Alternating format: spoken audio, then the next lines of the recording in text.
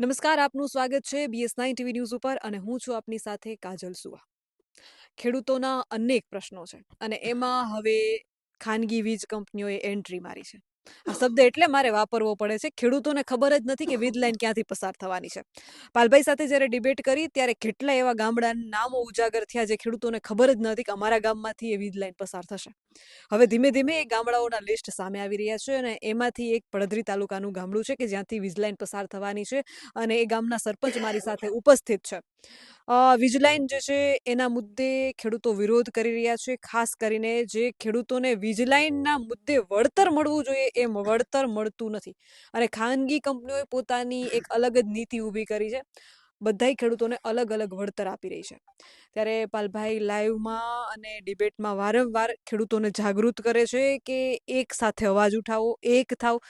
જ્યાં સુધી તમારા ખેતરમાં થાંભલો ન આવે ત્યાં સુધી તમે બોલતા નથી. બાજુવાળાના ખેતરમાં થાંભલો આવે છતાં તમારા પેટનું પાણી હલતું નથી. એટલે વાક આ બાબતે હું એ ખેડૂતોનો વાક કાઢું છું. એટલા માટે કાઢું છું કે કારણ કે જ્યાં સુધી તમારા દરવાજે આવીને વીજ કંપનીઓ તમારો દરવાજો ના ખખડાવે ત્યાં સુધી તમે જાગતા નથી અને એનો લાભ ખાનગી કંપનીઓ ઉઠાવે છે. તમારે જાગૃત થવું પડશે ને એક થઈને જાગૃત થવું પડશે. ત્યારે જે સરપંચ મારી સાથે ઉપસ્થિત છે એમને મારે ખાસ પૂછવું છે કે તમારા ગામમાં જે વીજપોલ વીજ લાઈન પસાર થવાની છે એને લઈને શું પ્રશ્ન શું છે? પહેલા તો પ્રશ્ન તો બેન ઘણા છે. એમાં એવું છે કે જે વીજ લાઈન નીકળવાની છે એને નીચે તાર પણ હોય, એની સાથે એનો કોરિડોર હોય. ખેતરમાં જેને પોલ આવે છે એ તો આવે જ છે. એ 60 બાય 60 નો પોલ કહે છે. એટલે એમ માનો કે અડધો વીઘો અમારી જમીન વહી જાય. અને બીજા નંબરમાં તાર નીકળે તો એની નીચે ના અમે બાંધકામ કરી શકીએ, ના નીચે અમે ઢોરનો, ભેંસુનો, ગાયુંનો તબેલો કરી શકીએ, નો એની નીચે અમે બોર કરી શકીએ, નો એની નીચે અમે કૂવો કરી શકીએ. આવા ઘણા બધા પ્રશ્ન છે. અને વળતર તો નજીવું એવું એટલે કાંઈ આપતા જ નથી એવું કયો તો કહેવાય. હવે અમારા ગામની અંદર જમીનનો હાલ રેટ માર્કેટ વેલ્યુ 1.25 કરોડથી 1.5 કરોડનું છે. એની સામે અમને ખાલી 5,000 કે 10,000 અંદર પૂરું કરી દે કે આ આટલી તમારું વળતર મળશે ને તમારે આ વીજ લાઈન ઊભી કરવા દેવી જ જોશે. આવા એ પ્રશ્નો કરે છે. અને એક ખેડૂને મળે, લાગે છે બધા ખેડૂને ભેગા કરીને નહીં, પણ એક ખેડૂને મળે, એને ફોસલાવે.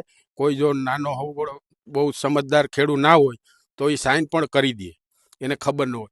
પણ અમારે બધા ગામ આજુબાજુના 5 ગામની અંદર જે વીજ લાઈન નીકળે છે એ અમે બધા ખેડૂત એક થયા છીએ અને કલેક્ટરની જ્યારે મિટિંગ હોય તો અમે બધા હારે જાય છીએ.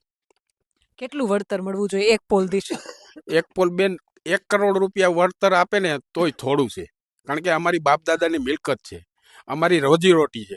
અમારે વળતર નહીં, પણ એ પોલ જે ઊભો કરે છે અહીંયા અમારે સરકારની 2024ની રાજ્યપાલનો પરિપત્ર છે કે જ્યાંથી સર્વે કરે ત્યારે એ લોકોએ ગામના 5 આગેવાન, ગામના સરપંચ એને સાથે રાખી અને સર્વે કરવાનું હોય. પણ આ લોકો એ કોઈ રૂલ ફોલો કરતા નથી અને સીધા એ નેટ ઉપરથી, ઇન્ટરનેટ ઉપર મેપિંગ કરી અને સીધા કે અહીંયા પોલ આવશે એ એની રીતે નક્કી કરે છે. કોઈ ખેડૂને કે ગામના 5 આગેવાનને, સરપંચને કોઈને સાથે રાખતા નથી.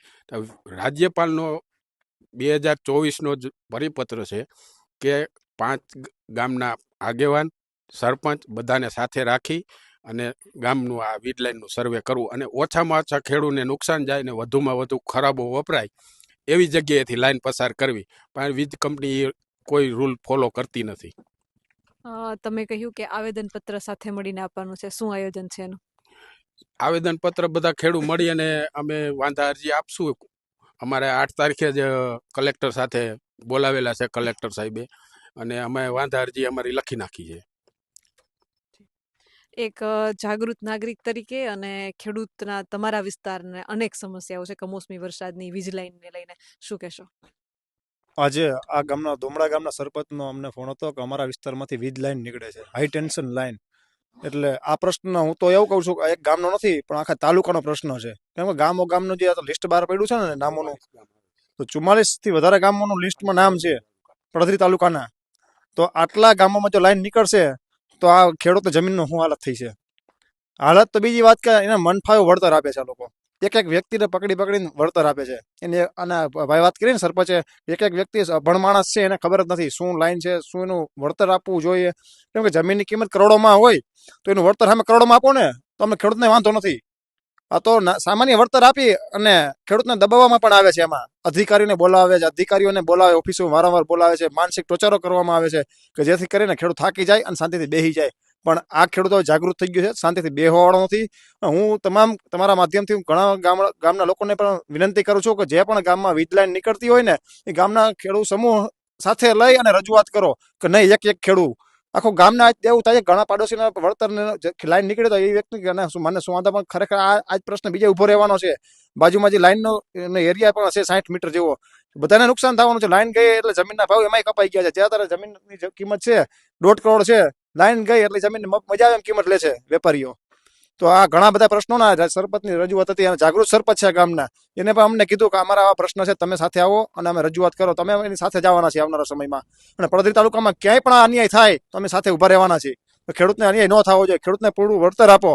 અને કોઈ પણ કોન્ટ્રાક્ટર સંસ્થામાં દાદાગીરી દખલગીરી કરે તો એની સામે લડવાના છીએ, ભારપૂર્વક લડવાના છીએ.